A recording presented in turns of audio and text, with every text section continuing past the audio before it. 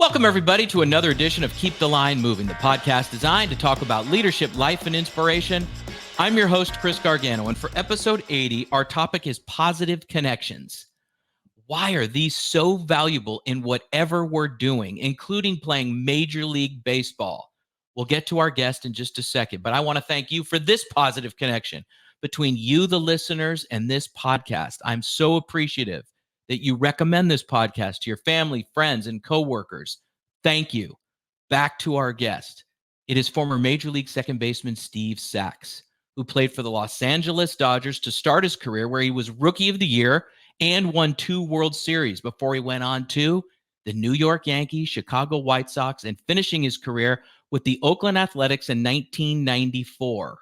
He grew up in the Sacramento area as a San Francisco Giant fan. He will explain. And get this about Steve. During Little League, he struck out once. During high school, he struck out once. For those of you watching on YouTube, you will see his face. He's still upset that he struck out a total of twice in his childhood career. That's how fierce a competitor this guy is. He'll have stories about Dusty Baker, Kirk Gibson, and his manager, Tommy Lasorda, and the bond that they had. We start off with Steve overcoming some adversity, losing his son a couple of years ago. This is a wonderful conversation with someone with a very positive outlook. Our guest on Keep the Line Moving, Steve Sax. All right, Steve, it is wonderful to see you. As I have told you off camera, I loved the way you played the game. And not only that, Steve, I love the way you approach life now and what you're doing to give back through motivational talks and some foundation work that you do. Thank you. Thank you, Chris. Hey, it's good to be with you right now on your podcast. And we have a lot in common about the Giants history and whatnot. And the life has been completely different for me since June 8th of 2022 when I lost my son. And it's just been a different world, and there's a new perspective, the way life is now. I just keep moving forward. I don't think you ever move on when you lose your child, but you try to move forward and be productive. Well said, and I'm glad you brought that up off the top, Steve. He was a Marine. You two were very close. And I'm very sorry to hear, obviously I knew about it, but to have you reflect on it. So how have you rededicated your life and your message and your mission nowadays? Well, I just, you realize that there's just a lot of this life that you don't have control over. That's in God's hands. I think you prepare, and the way you prepare, the way you react is what you have control over. The rest is really none of our concern because we don't have control over it. Mark Twain said, I've worried about a lot of things in my life, 95% of which never happened. And so that's kind of the way I look at it. And lots not in our hands, but you just try to do what you can. So we're doing a lot in my family to keep the legacy of my son alive through his foundation, the Captain John J. Sax Foundation. And it's dedicated its mission to helping people to become the best that they can be as an aviator.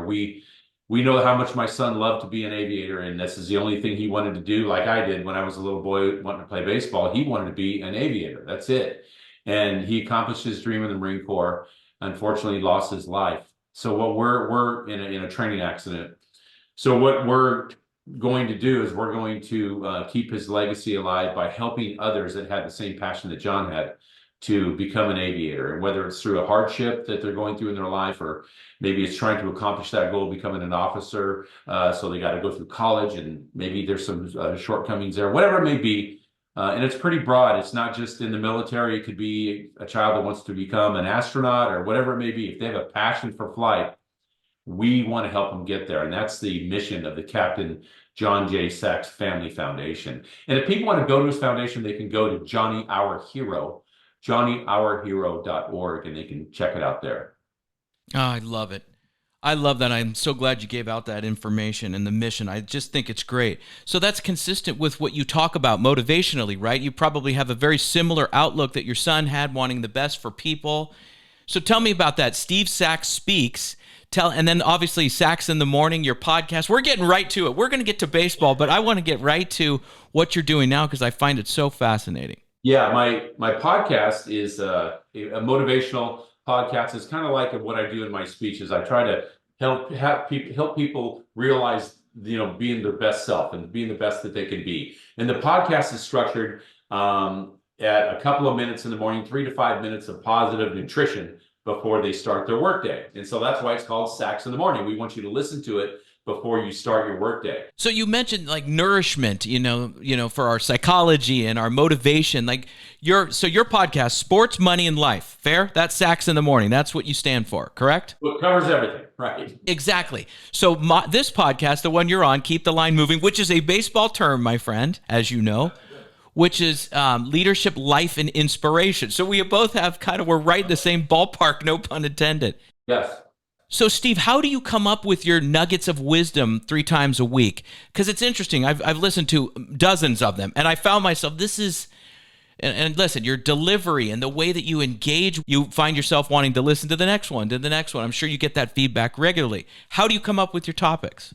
Well, a lot of them were life experiences, and I think that really lends itself to something that the listener can take and say, hey, this sounds authentic, because there's a connection you can make with the audience, be it on the phone, through your podcast, in person, whatever it may be. You can still make that connection, and they can tell when you are being straight with them, And so a lot of the things that I talk about are experiences that have happened in public that I can relate to my own life, that I try to share with them that can relate to their life, so it's kind of like a triangle. Some of them are just, first degree of personal experiences that I've had in my life, and I try to lend those to them. But I try to get to the point and make it snappy in the 3 to 5 minutes that I try not to, usurp their time, because they're getting ready in the morning, they're going to get some coffee, they got the kids getting set and all that. So there is a niche in there, though, that people can take and make it an advantage for them. Want to start it off positive, uplifting, and only good things, because I really believe what you think about the most in your life is going to grow the most. So what happens is, you start getting all these positive nourishment in your head. That's what you're going to, put out. And so that's why I believe it's very, very important. Just learn to put in the positive and jettison the negative. And sometimes that's not easy to do. No, we all know that, and so well said. I think it's tremendous. So let's take that to your baseball career. You're the Rookie of the Year, drafted by the Dodgers out of Sacramento, right? You get to the major leagues in 1981 in August, and you stay with the club. They win the World Series that year. Let's look at this. Did you have the positive mindset and the wherewithal, the daily affirmations yourself as a baseball player? And is that something that you prided yourself on, which is, listen, I played 14 years in the major leagues. I knew how to keep my mind strong. Mm-hmm. Yes, and there's something between there's a fine line between different aspects of that. For instance, the mindset I had when I was just coming up was, I don't care who this I'm facing, I belong here, and I know I can do it. That inner confidence way deep down in the recesses of your soul, that's what you have to access and believe and lean into that. And I knew that I could play. I wasn't outwardly, cocky or anything like that, because that's a big turnoff, and that's a big negative, by the way. But inwardly, confidently, but respectful is the way I try to approach it. And I still try to do things basically in that same fashion. Is, if I really believe in something, I can lean into that. I can know it's there, and I can tap it and resource it if I have to, but never go against somebody with a outwardly cocky attitude or disrespect or anything like that, because there's something to be said about great sportsmanship, and that's good sportsmanship in life as well. It's the same thing. So I told you before we hit record today that I enjoyed watching you play. And I don't just say that. That is the truth. I was a Giant fan, so we had the Dodger games on all the time, right? You're the rivalry and such. You know all about that. So you were a nemesis in my eyes because you played the game hard. You were a leadoff hitter, second baseman, played the game hard the way it was supposed to be played. You were always in above average shape, maximizing your potential. You could see it. So when you took the field every day and you had this confidence, but not cocky, how did you react to situations where you had to elevate that confidence, like going into second base, turning a double play? How did you deal with the realities of baseball and folks that maybe didn't mirror your way of being, prideful, but having your ego in check? It's a great question. And let me preface it by saying this, that you and I actually had the same outlook because I hated the Dodgers too, growing up. Hated the Dodgers. So if you can go back to 1968, and I'm watching the Dodgers and Giants play on TV. I'm 8 years old, and my dad, my brother are there. My brother and I love the Giants. My dad too, and we're watching the game of the week. And I told my dad again, they're playing the Dodgers, and I said, Dad, if the Dodgers ever drafted me, I wouldn't play for that team for $1 million. Okay, again, 8 years old, 1968. 10 years later, when those LA Dodgers drafted me out of high school, it took $985,000 less for me to sign with the LA Dodgers. That's how fickle it can become when they put 15 grand in your hand. You know what I mean? I was the richest person in my family by a long shot. We grew up on a farm, no money. So 15 grand to me was like huge money. And the fact that I knew the Dodgers were a good organization, I was getting a chance to get in there and try it. That's what I wanted. I didn't want a job. I wanted an opportunity, and I got that opportunity. And so I quickly became a Dodger fan. To this day, I still really like the Giants too. So but my favorite players are Willie McCovey and Willie Mays. Those are my two favorite players of all time.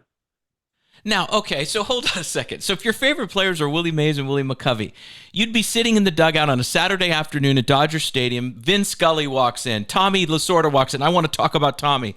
And let's say some other legends. Don Drysdale back in the day. They walk in and they go, hey, Saxy, what's going on? And they look at you and they say, you guys are just talking about baseball. And that's probably a very realistic situation that could have happened. They go, hey, Steve, you grew up in Northern California. Who are your favorite players? And you would answer...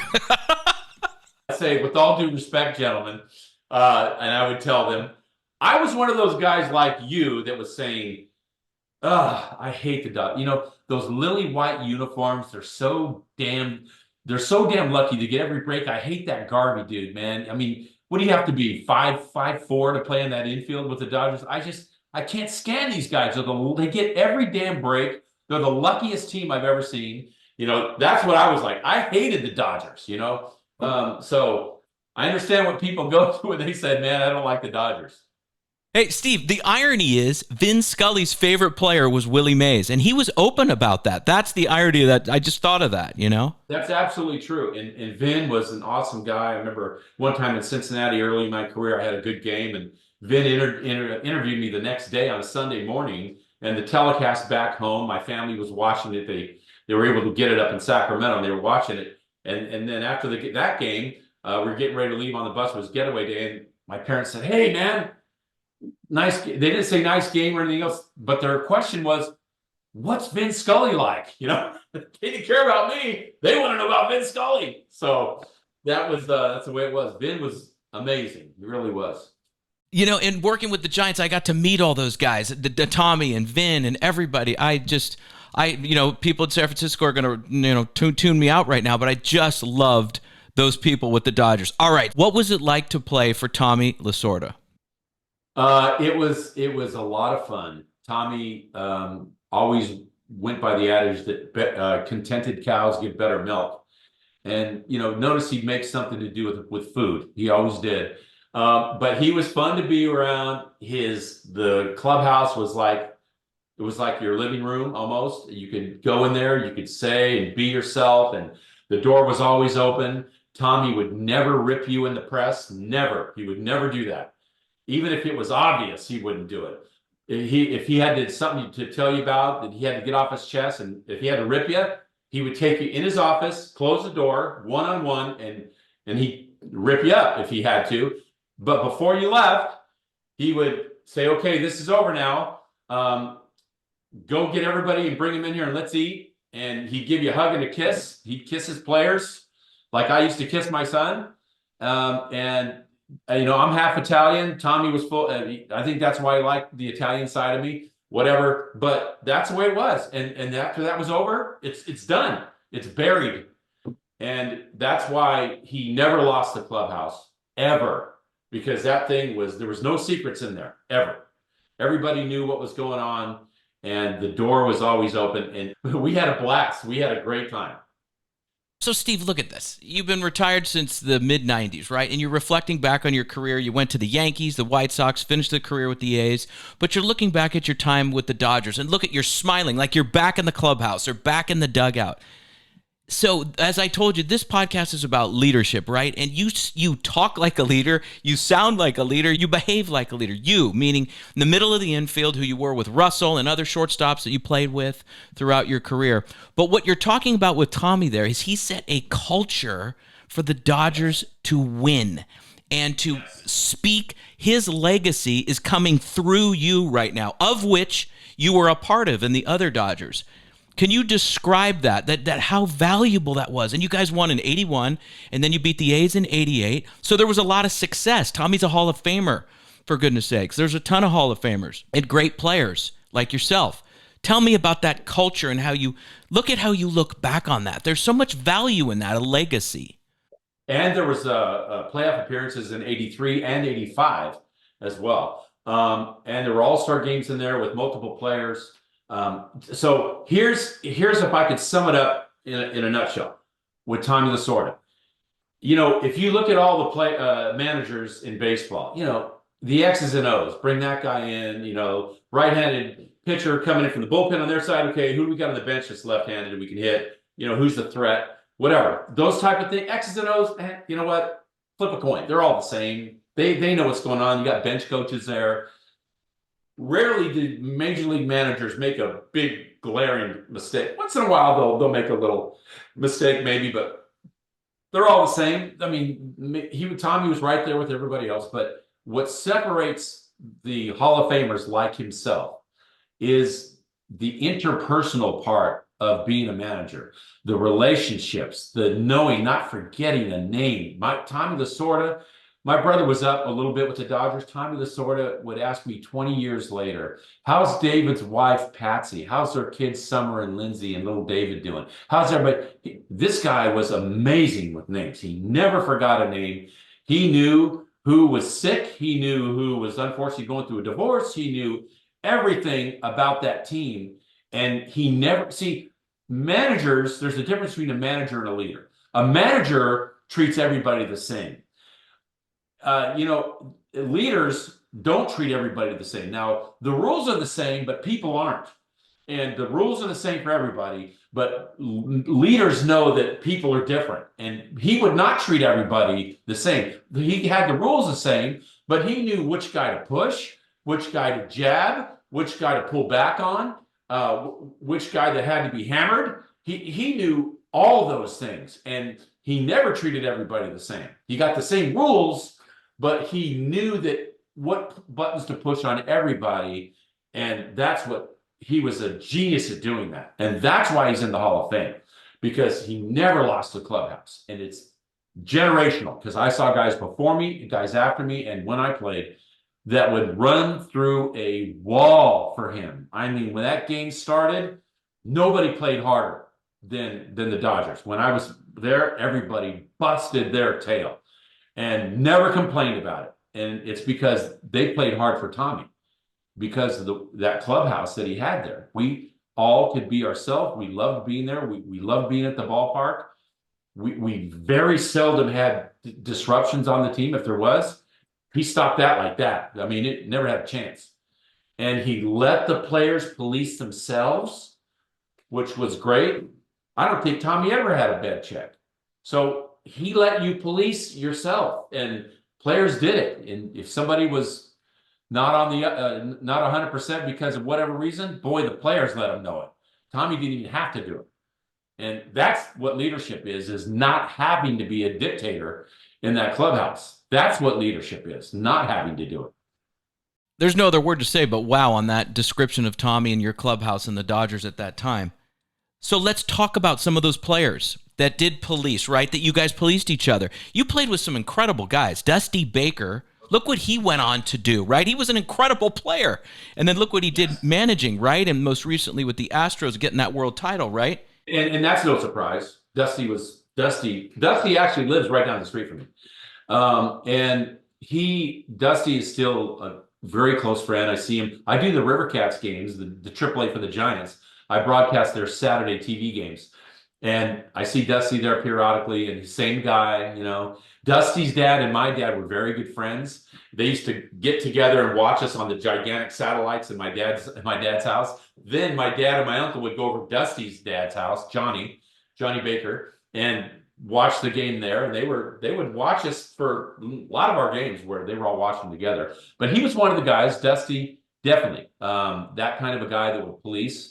And when he spoke, people listened to him. I know he was one of the guys that I really looked up to when I came there, him and Steve Garvey especially. And when those guys said something, you know, you respected the hell out of them and you just listened to them and did what they said. But you were a leader too. So Garvey goes to the Padres, Dusty goes to the Giants, retires, right? And then it was you, right? I mean, there were other folks there. How did you approach leadership, being the leadoff hitter, you know, taking over for Davey Lopes a few years earlier? How did it all evolve from your perspective?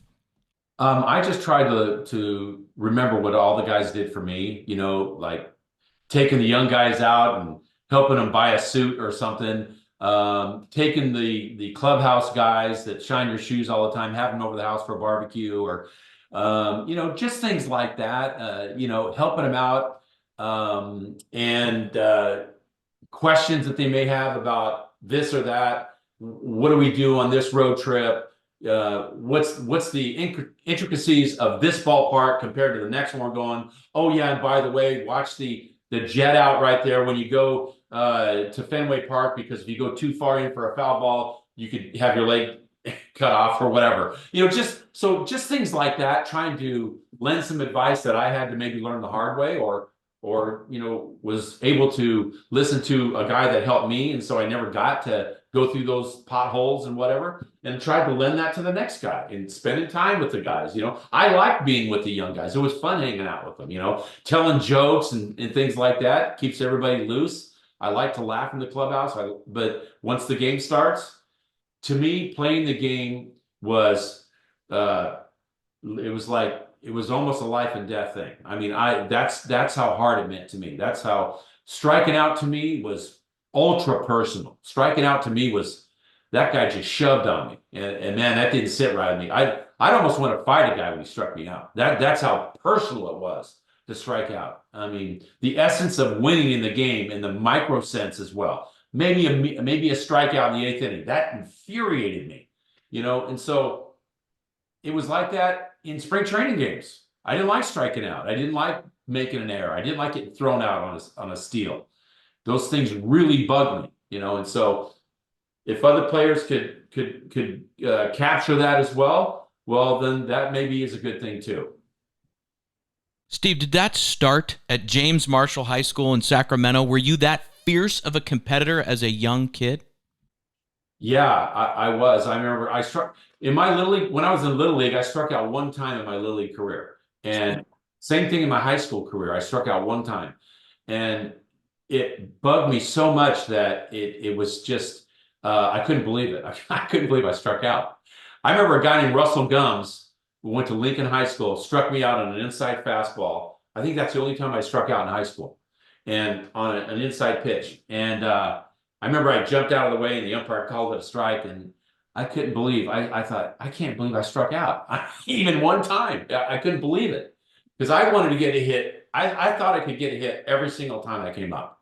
Now, when you get into professional ball, you got to be realistic. But when I was in high school, I thought I could get a hit every single time up. I believed I was going to. So I've asked other guests this. I'm going to ask you this. So when you retired from the Oakland A's, right, in 1994, I believe, was your last stop. When you hung up the spikes, per se, and walked away from the game, do you feel you got everything out of it? And did you feel that, okay, it is my time now? Because that's an interesting transition in one's life, saying goodbye to something they've loved for so many years. Thank you for that question, because when I retired from baseball, I embraced it. I was ready to retire. People ask me all the time, do you miss the game? Absolutely not. I do not miss the game. I left it all in the field. I accomplished what I wanted to accomplish. I still love the game, even though I don't love its changes. But when it was time to go, I absolutely looked forward to it, embraced it. And I think that's when you can say you've had a satisfactory career, is when you can look forward to doing something else, to say, hey, I'm going to leave it all there, the good and the bad, and I'm happy with it. I can say, all right, I wouldn't do anything different. And that's healthy too. I don't have any regrets saying, I wish I could go back there and play. Number one, dude, it's not going to happen. And number two, I think it's healthy to say, I don't miss it. I don't miss the game anymore. I love the game. And when I started not loving it, it was time to get out. And that's what I did. I'll tell you what I do miss is I miss my teammates. I miss my teammates a lot. I love my teammates. And you're always in that brotherhood. You're always going to be brothers all the time, all the guys you played with, even the guys you played against. I saw Aaron Seeley the other day in the booth, and what a great thing. The only thing I would kind of regret is I wish I would have met everybody I played against, on a personal level. And sometimes you don't. But boy, there's such a tremendous amount of good guys in baseball. I mean, 99.9% of the guys I met, I would have been great friends with had I had time to really spend time with them. There's so many great guys in baseball. That's the biggest blessing of all, is I got to play against some Hall of Famers, some unbelievably talented guys, way talented, more talented than me. And I got to meet some wonderful people, man. And I was just absolutely blessed that I got a chance to play as long as I did. I mean, I'm grateful, absolutely grateful. Well, listen, I want to be respectful of your time. I want to hear about that painting behind you for those watching on YouTube, and then I want to get to this rapid-fire all-star moments, and then we'll call it a day, my friend. Okay. So let me tell you quick about this painting behind me. This painting was done by Opie Otterstad. He was a 2006 Sports Painter of the Year, and you can look Opie up. Tremendous painter. I bought this from him at an exhibit in New York City during the All-Star game in 2008, I think it was. This is from a 1922 snapshot of Babe Ruth. He's on a barnstorming tour. Famous picture of Babe Ruth amongst the sea of kids, because they're all happy to be around the Sultan of Swat. You can see all the kids' faces, right? Well, the artist, Opie Otterstad, took that 1922 snapshot, painted it on this mural. There's only one of these in the world, and I own it. And he supplanted or changed out the faces of all the kids in that original snapshot, and he painted current Hall of Famers when they were little boys. You can go through here, 58 of them, and 56 are Hall of Famers. There's two that aren't. There's a nuance to that. But 56 Hall of Famers are in this picture. Hank Aaron, Mickey Mantle, Willie Mays, Ryan Sandberg, Stan Musial, Nolan Ryan, and over there I pointed out Don Drysdale, and on and on and on and on and on you go. And so what we've done is, the guys I work with, we did two things, Chris, is that number one, we digitized this painting. The second thing we made it interactive. So you can go on and click on, you can just hover over a face and it'll say Hank Aaron right here. You click on it, and then this whole thing becomes a 3-minute video of Hank Aaron playing in the big league, some of his most memorable moments. And then it dissolves away. Then you go to the next kid and the next one. You can spend 3 hours here doing this, right? And so we're offering this as an NFT, a non-fungible token that is uploaded to you in your Apple Wallet or wherever you want to house it. 75% of the funds going to my son's foundation this year are going to be done by what we're donating through this project. So we're hoping people that'll go there and check it out. It's a remarkable piece of sports history. If you guys want to check it out, go to babeandthekids.com. Awesome. I can't stop looking at it now. It's fantastic. I'm trying to pick out guys. All right, all-star moments. Are you ready? You just took a swig of coffee because you're going to need it. Rapid fire? Rapid fire. Here we go. First thought, best thought. Here we go. How do you deal with adversity? I bite it right back in the face and keep trying. Sometimes we have to go through, tough times, and failure is part of the process. Perfect. 2, how do you give yourself fuel? I eat and sleep good, and I work out. I think those basic tenets are what lasts a long, long time. Never give up. What does that mean to you? It means if you really love what you're doing, it'll get you through the tough times. The worst thing you can do is quit.